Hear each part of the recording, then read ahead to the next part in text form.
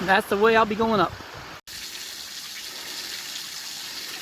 This is part way up the canyon at Bellsmith Springs. Alright, I come over that way, and I do believe that this is the channel to Jackson Falls. So it took maybe a half hour, 45 minutes to go up the other channel, which is very, very rocky.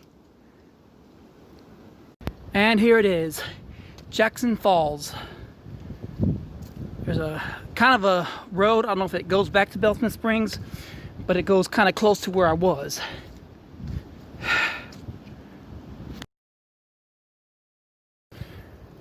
And I'm sure many of you know this spot.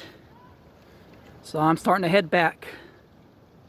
And right about here is the crest of the two ravines. That way, the ravine takes you to Bellsmith Springs, and this way takes you to Jackson Falls. So this is sort of like the divide where the two rivers go different directions. And there it is, the creek that'll take me back to Bellsmith Springs. I just follow that. It takes me to that one waterfall. And there's all kinds of pathways through here, so I'm gonna have to come here again and explore where these paths go or come from. So obviously there are connections. I followed a forest road, an old forest road part of the way. It was kind of very hard to follow. I lost it, but then I got on track of another forest road that kind of made sense that it might have been the same road. So I bet there was an old road that connected the two places. And yes, there is one tricky part of this whole path. Right about here is the tricky spot, and just beyond that is a small waterfall. So, but don't amount to much. But it's tricky maneuvering through this part. Other than that, it's just bushwhacking. Part of the beauty of coming up these little ravines is stuff like this. Little waterfall right there. I think that's what I was talking about. This was tricky too. Had to go around this gigantic tree. About got lost. This is about 1,500 feet from the end of this ravine. So if you come 1,500 feet in, come to this.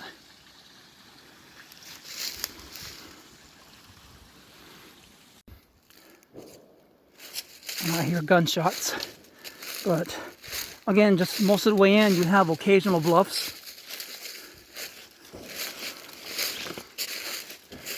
Just to show you how steep these hills are. You can see the other hillside up there, so I know I'm close to the end. About 1,100 feet. Now I know the use of cairns is a controversial subject, but this, to me, looks a little ingenious. It's a campfire ring, and it looks like they made seats. So, they're putting some kind of use. It isn't just for nothing. And I finally made it back to the Bellsmith Springs area. There's that waterfall. I showed it earlier, so I'm going to show it again. I'm just going to cross here, because up there it's a bit slippery and dangerous. And that'll take me back to the car.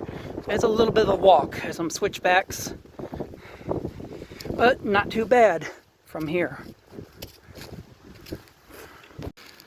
But on the red trail, you go to the west a bit, you have all this beauty. Most people, when they come to Bellsmith Springs, will go to the swimming area, will go to the arch, but they miss this. This is on the red trail, going to the west side of the parking lot, and actually parked at the west parking lot. But all these bluffs and overhangs and the creek.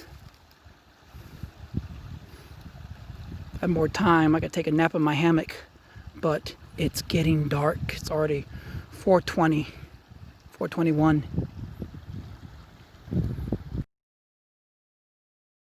So to stay on the upper red trail, it is a little confusing. I think that way is the parking area, one of those haulers. Trail goes around, comes out that way, comes up this way. For there is the white trail, goes around that way. And there's the red trail that goes that way. So it is a little bit switched back and around.